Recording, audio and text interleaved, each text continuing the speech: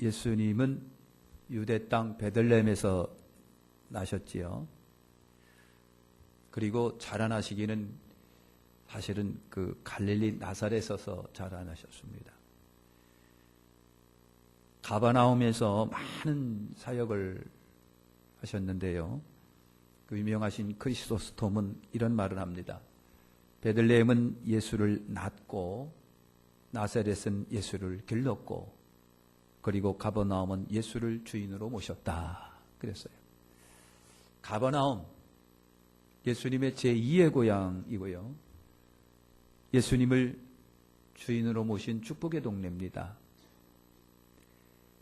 많은 가르침과 복음이 아주 왕성한 동네입니다. 그리고 많은 치료와 그리고 기적을 체험한 동네입니다. 그런데 그 은혜가 버려졌습니다. 그렇게 많은 은혜를 받았음에도 불구하고 이 가버나움은요, 주님으로부터 버려집니다. 마태복음 11장 23절에 가버나움아, 내가 하늘까지 높아지겠느냐? 음부에까지 낮아지리라. 내게서 행한 모든 권능을 소돔에서 행했더라면 그 성이 오늘까지 있었으리라. 가버나움, 어느 성읍보다도 특권을 많이 누렸어요. 많은 표적과 이적을 통해서 너무 많은 은혜를 입었거든요. 그리고 어느 성읍보다도 영예를 많이 누렸습니다. 영예를. 또 많은 여러분 회개의 기회를 누렸던 데가 가버나움처럼 많은 데가 없습니다.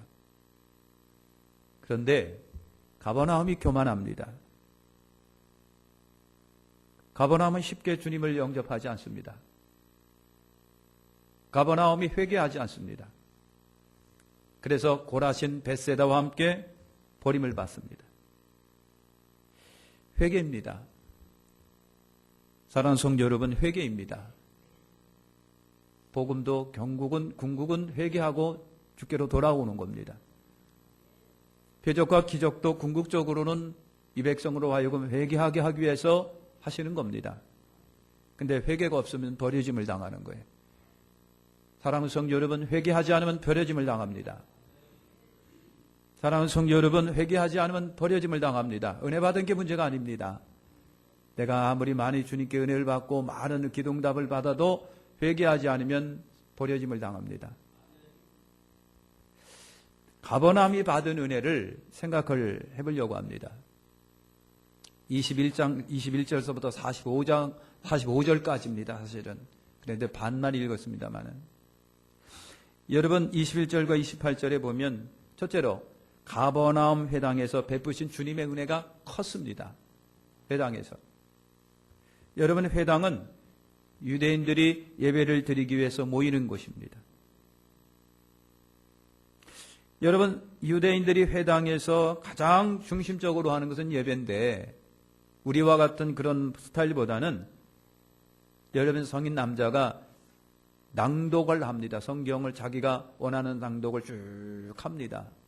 그리고 그 낭독한 것 중에서 은혜가 있는 것을 자기가 많은 사람 앞에 얘기를 합니다. 발언을 합니다. 그러면서 유대의 회당에서는 그런 모습으로 진행이 되는데, 그러기 때문에 예수님도 회당에서 종종 말씀을 많이 하실 수 있는 기회가 있으셨습니다. 그래서 그런 거죠. 여러분, 회당에 귀신 들린 자가 있었습니다. 예수님이 말씀하시니까 정체가 들통이 납니다. 귀신 들린 자가 갑자기 막 울부짖고 난리를 피웁니다. 그러면서 귀신이 떠들기 시작을 하는데, 당신이 누구인 줄 아는데 하나님이 거룩한 자니이다. 하나님이 거룩한 자나이다. 예수님이 강하게 호통을 치셨습니다. 잠잠하라. 그 사람에게서 나와. 잠잠하라. 그 사람에게서 나와라. 권세 있는 말씀 앞에 귀신이 경련과 소리를 지르면서 그 사람에게서 나왔다 그랬습니다. 사람들이 놀랬습니다. 권위 있는 새 교훈이로다. 권위 있는 새 교훈이로다. 그래서 예수의 소문이 온 동네에 여러분 번졌습니다. 우리가 읽은 마가복음에는 상당히 많은 부분에서 귀신 얘기를 합니다. 귀신에 대해 생각해야 할 것은요, 귀신은 더러운 존재예요. 귀신은 더럽습니다. 여러분, 사람 속에 들어가서 있는 듯 없는 듯 하면서 사람 속에 들어가서 사람의 생각을 더럽게 합니다. 사람의 행실을 더럽게 합니다. 태도를 더럽게 합니다. 몸을 더럽게 하는 거예요. 예수님이 귀신을 쫓을 때 항상 더럽다라고 하셨어요. 거룩함과 완전 100% 반대입니다. 여러분, 더러운 귀신은 율법으로 되지 않습니다. 회당은 율법이 낭독되고 말하는 것이에요. 율법은 여러분 새 교훈이 아니고 권세가 있지 않습니다. 귀신은 예수님의 말씀 앞에 정체가 드러납니다. 오늘도 권세 있는 말씀이 선포되고 권세 있는 말씀이 외쳐질 때에 귀신은 스스로 정체를 드러날 수밖에 없습니다. 예수 그리스도의 이름 앞에 더러운 귀신은 물러가게 되어 있습니다. 영적인 권세에 있는 말씀 앞에 귀신은 항복하고 여러분 물러가는 겁니다. 예수님은 귀신이 떠드는 것을 허락하지 않습니다. 곳곳에 보면 예수님이 귀신이 뭐라고 말을 하려면 잠잠하라 하고 중지시킵니다. 왜 그렇습니까? 귀신에게 증거받을 이유가 없으십니다. 우리 예수님은 귀신에게 증거받을 필요도 없으시고 귀신이 떠드는 자체를 주님이 불허하시고 귀신이 믿을 수 없는 존재이기 때문에 그런 거예요. 그래서 사랑하는 성도 여러분, 혹시 귀신의 마음에 혹하는 분이 있다고 한다면 빨리 버리시길 바랍니다. 여러분, 귀신들은 떼거리로 뭉쳐있기도 하는데 27절에 귀신들이라고 하는 복수를 사용합니다. 하나가 아닙니다. 여러분, 마가복음 5장의 거라사인 군대 이야기도 보면 군대입니다. 막간 여단과 같은 엄청난 5천, 6천 정도 되는 거대한 귀신의 떼입니다. 귀신은 그렇게 여러분 역사합니다. 그래서 귀신이 나갈 때는 소리 지르고 경련하고 발악을 하고 그러면서 나가요. 그러면서 나가는 거예요. 여러분, 성령 받은 성도는, 믿음을 갖고 성령으로 충만한 성도는 예수님처럼 권세가 있어서 귀신을 쫓는 힘이 성도들에게 여러분 있습니다. 예수님처럼 그렇게 하는 거예요. 여러분, 예수님의 사역 가운데 많은 귀신이 물러가는 부분들이 있습니다. 오늘 우리 마태복음, 마가복음 1장과 2장 사이에만 하더라도 수차례에 걸쳐서 그런 역사가 일어납니다. 여러분, 하나님 나라가 임한다는 증거입니다. 하나님의 나라가 세상에 임했다는 증거이기도 합니다. 여러분, 세상 권세가 점령당하고 있다라고 하는 증거이기도 합니다. 마귀 나라가 주님이 오심으로 인하여 하나씩 하나씩 점령되어 가고 있습니다. 원수 마귀가 하나님에 의해서 심판받는다라고 하는 분명한 증거이기도 합니다. 뿐만 아니라 지배당했던 사람의 마음속에 복음을 통해서 하나님의 나라, 우리 주 예수 그리스도의 나라가 임한다는 증거이기도 한 거예요. 사랑하는 성도 여러분, 마음에 하나님의 나라가 이루어지시기를 축원합니다. 복된 하나님의 나라, 천국의 나라, 소망과 감사와 희망의 나라, 생산의 나라, 생산의 나라, 형통하고 복된 나라가 그리스도 예수로 말미암아 여러분 가운데 이루어지시기를 축원합니다. 우리가 두 번째 은혜는요, 29절과 39절이 있는데 가버나움 동네에 베푸신 주님의 은혜입니다. 가버나움 동네, 서두에 말씀드린 것처럼 가버나움 복된 동네인데 예수님이 가버나움 안드레의 집에 들어가셨습니다. 안드레의 집에 들어갔는데 시몬의 베드로의 장모님이 열병으로 앓아누워 있어요. 열병으로, 병으로 앓아누워 있는데 장티푸스다, 이질이다 그러는데 풍토병으로 봅니다. 근데 베드로가 여러분 이미 장가간 상태구나 우리가 알 수가 있는데, 재미난 얘기는요, 베드로의 부인도 베드로처럼 열심히 전도하고 다녔어요. 부부가 전도하고 다녔어요.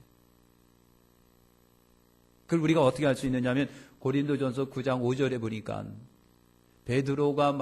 바울이 말하는 씀에 보니까, 그러니까 여러분 베드로는요 자기 아내를 데리고 전도하고 다녔어요. 자기 아내를 데리고 전도를 다녔어요. 여러분, 가톨릭 초대 교황은 베드로입니다. 근데 가톨릭은 말을 합니다. 베드로가 장가를 안 갔대요. 근데 성경 분명히 장가 갔다고 말하고 있습니다. 초대교황 베드로가 장가를 안 갔기 때문에 사제들은 전부 다 장가 안 갑니다. 그걸 명예로 생각하고 여러분 있습니다. 그러나 성경은 베드로는 분명히 부인이 있었습니다.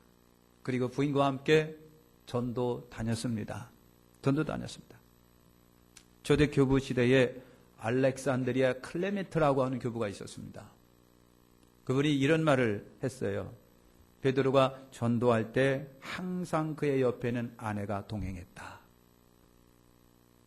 아내하고 동행했어요. 여러분, 베드로도 순교를 당합니다. 로마에서 십자가에 꼭 달려 순교당하는데 그의 아내도 순교했답니다.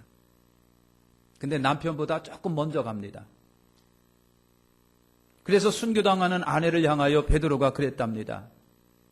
그렇게 베드로가 순교하는 아내를 바라보면서 여보, 오로지 주님만 바라봐. 여보, 오직 주님만 생각해. 오직 주님만 생각해야 돼. 그런 가운데 아내가 순교를 당했답니다. 여러분, 다른 전성에 의하면, 성경 외에 어떤 여러 가지 책들에 의하면 그 아내의 이름이 컨쿨디아 아니면 페페티아라고 하는 이름을 갖고 있었답니다. 그러니까 부부가 열심히 전도하고 다녔어요. 부부 화이팅.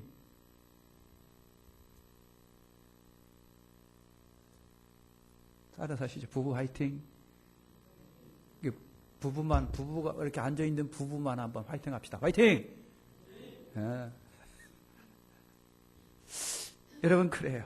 재미난 일을 합니다.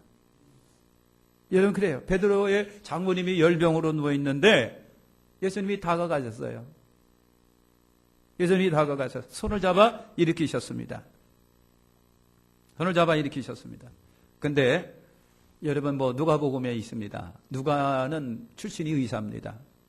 근데 누가복음 4장 39절에 보니까 예수님이 열병을 꾸짖으셨다 그랬습니다. 열병아! 왜 그렇게 괴롭히는 거야? 나가! 그랬다는 거예요. 여러분, 그랬어요. 그러니까 누가는 장모님이 열병인데 귀신의 역사로 본 거예요. 그러자 열병이 떠나고 수중들었더라. 여러분, 은혜 받은 자의 자연히 할 수 있는 게 뭔지 아십니까? 주님께 순종입니다. 섬기는 거예요. 그래서 장모는요, 섬김의 성도의 모델입니다. 섬김의 성도의 여러분 모델이에요. 여러분, 마가복음 1장과 2장 속에 여러분 보니까요, 이제까지 기적을 보고 치료받고 모든 사람이 들떠있고 열광적이고 그래요. 누구도 낫대 어떻게 됐다라고 하는 거예요. 성경은 열광적인 것보다도 더 중요한 것을 뭐로 보느냐 하면 섬김으로 보는 거예요. 열광만 있으면 안 돼요. 주님의 섬김이 있어야 된다고 하는 겁니다. 여러분, 들떠서 웅성거림보다도 차분히 주님의 섬김의 성도의 모습을 보여주고 있습니다. 그래서 마가는 기적으로 들떠있는 그 분위기 속에 장모님이 치료되고 그 즉시 수종드는 것을 보여주고 있습니다.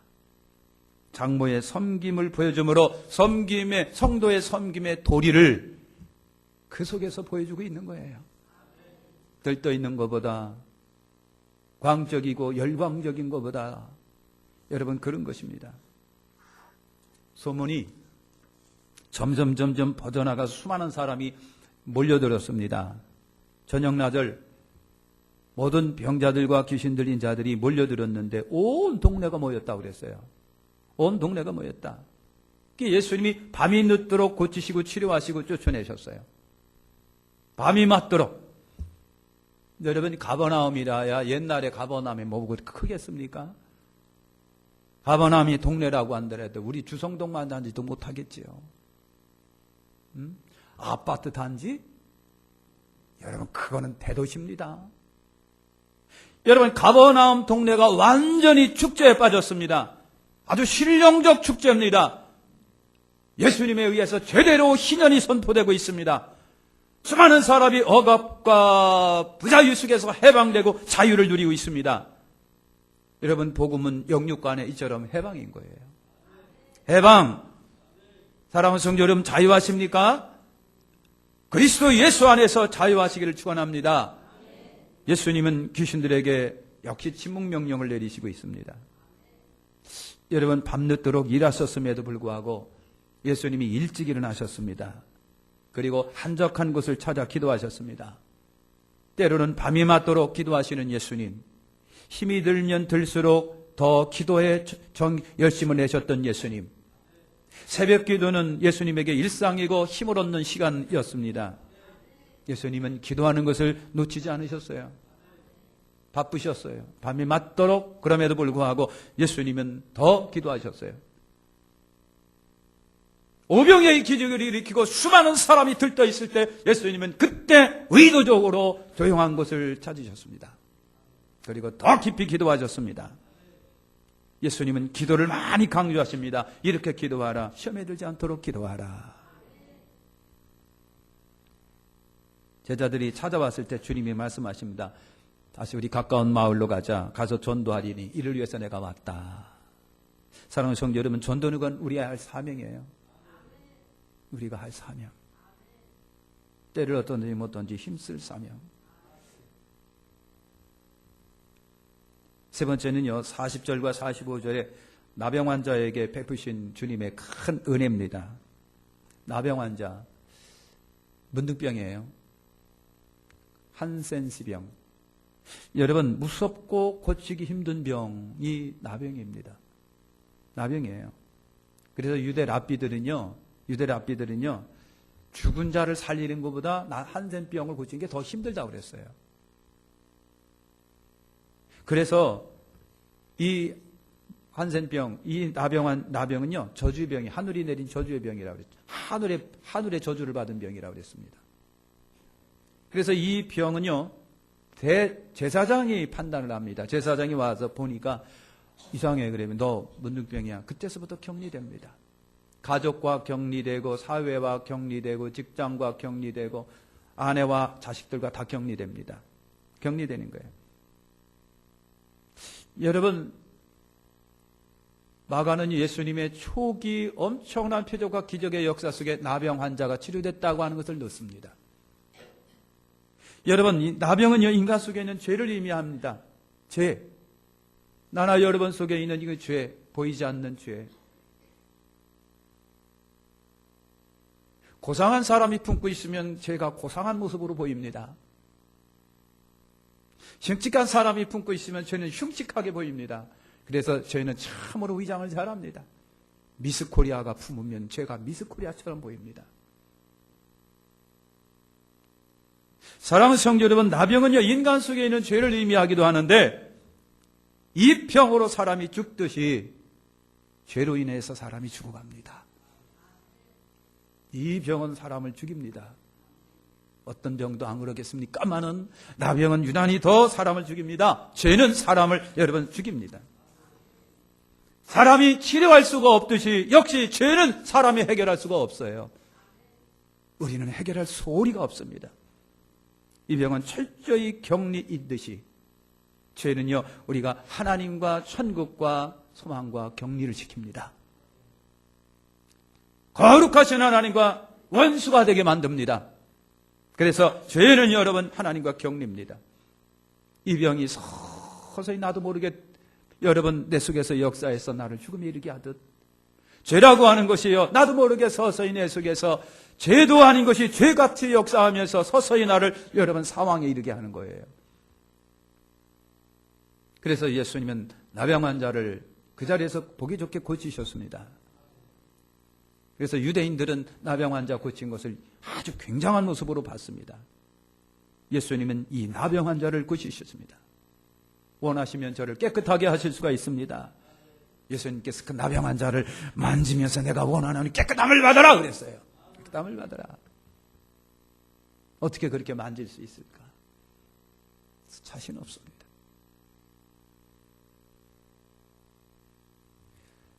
조영기 목사님이 목사되기 청년 때에 폐기력 3기로 각혈을 했었다고 하잖아요. 골방에 빼장 멸치처럼 마른 청년이 깨끗 각혈하면서 오강에다가 피를 팍 토하고 있습니다. 그때 처녀가 들어가서 전도를 했답니다. 그 피를 토하면서 폐병 환자가 그 앞에서 그를 씻어주면서 전도했다는 거 아닙니까? 성 프란시스는요, 나병 환자를 꼭 온몸에서 그냥 막 기름 고름이 나고 막 찐물이 나는 그 나병 환자를 껴안고 밤새도록 잤답니다. 나중에 보니까 그분이 예수였습니다.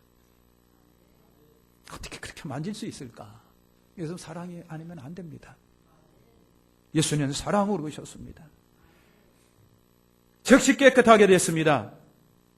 깨끗함을 받은 그 나병 환자에게 예수님이 호통을 치셨습니다. 아무에게도 아무 말도 하지 말아라. 아무에게도 아무 말도 하지 말아라. 그리고 제사장에게 네 몸을 보이고 정하신 예물을 드리고 그리고 제사장에게 입증하라. 네가 나았다라고 하는 것을 제사장이요 보고 너 나았어. 그러면 그때서부터 이제 자유입니다. 제사장이 의사 역할을 합니다. 판단 역할을 그렇게 합니다. 제사장이 문둥병이다라고 진단을 하고 제사장이 나았다라고 진단을 합니다. 이것이 당시의 법이에요. 예수님이 그렇게 하라고 그랬습니다. 그렇게 해. 그러나 떠들지 말아라. 그러나 떠들지 말아라. 예수님께서 그 나은 사람에게 아무에게도 아무 말도 하지 말아라 그랬습니다. 여러분, 놓치고 지나가는 문제가 바로 여기 있습니다. 이 사람은요, 가서 만나는 사람마다 쫙 얘기하기 시작을 했어요. 자기가 나았는데, 문둥병에서 나았는데 얼마나 기쁘고 즐거워요. 안 말하는 게 좀 이상하지요? 예수가 내 병 고쳤어. 예수가 내 병 고쳤어 하고 열심히 얘기를 했습니다. 은혜 받았으니까 어쩔 수는 없지요. 흥분된 마음으로 주체할 수는 없었겠지요.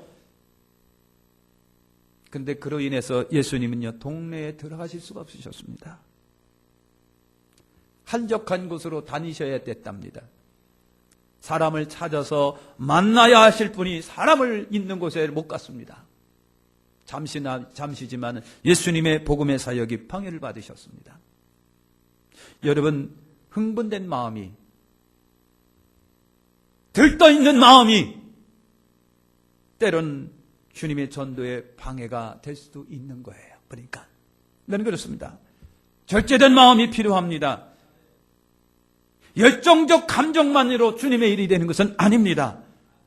신비적인 것으로만 것으로 주님의 일이 되는 것은 아닌 겁니다. 그것이 능사는 아니라고 하는 거예요. 주는 십자가 복음입니다. 주는 천국 복음입니다.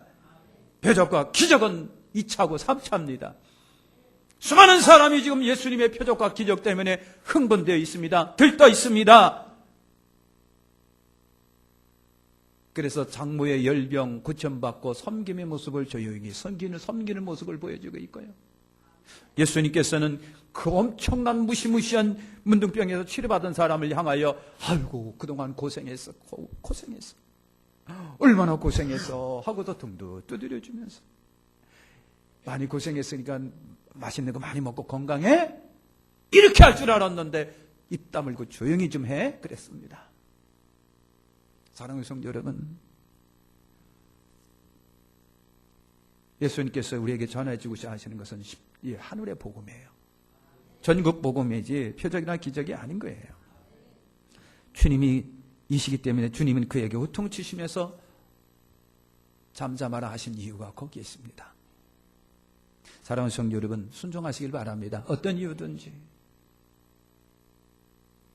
지혜로우시길 바랍니다. 비둘기처럼 순결하고 뱀처럼 지혜롭고, 예수님께서 뱀처럼 지혜로워라, 비둘기처럼 순결하라. 그러니까 두 가지는 꼭 필요한 겁니다. 순결 여러 번 하세요. 그러나 이 험악한 세상에 지혜로우시기 여야 됩니다. 또. 젊게만 드러나면 안 됩니다. 그러나 순결하셔야 됩니다. 예수님 우리의 죄를 해결하기 위해서 오신 분입니다. 그래서 예수만이 길이요 진리요 생명이시고 예수의 구원 줄 만한 다른 이름을 우리에게 주신 일이 없다. 예수를 믿어야 멸망하지 않고 영생 얻습니다. 영접하는 자, 그 이름을 믿는 자, 하나님의 자녀가 되는 권세를 주셨으니 여러분, 주님은요 초기 사역으로 나병을 고치심으로 구원의 주, 생명을 주시는 구원의 주인 것을 여러분 보여주신 거예요. 맞습니다. 여러분, 우리 복음을 받고 늘 회개하시길 바랍니다. 가버나움아, 가버나움아. 가버나움에게 행하셨던 그 엄청난 주님의 은혜와 사랑이 있다고 한다면 아마 돌도 돌아놓았을 겁니다. 주께서 베푸신 은혜와 사랑을 생각한다면 나무 토막도 일어나서 뻘뻘 걸어다녔을 거예요. 어찌하여 그렇게 엄청난 은혜와 사랑을 베풀었음에도 불구하고 회개하지 않느냐 말이에요. 회개하지 않는 것은 멸망입니다. 여러분, 표적과 기적도 사실은 회개를 위한 겁니다. 회개야 영생을 여러분 얻습니다. 예수로 인해 우리의 삶의 자유와 해방을 누리시기를 축원합니다. 마음의 천국이 이루어지시기를 바랍니다. 여러분, 점차 우리를 통해서 주변에 하나님 나라가 확장되기를 소원합니다. 어떤 말씀이라도 순종하시기를 축원합니다. 나를 통해서 주님의 전도 사역이 도움되시기를 축원합니다. 은혜로우시기를 바라는 거예요. 기도하겠습니다.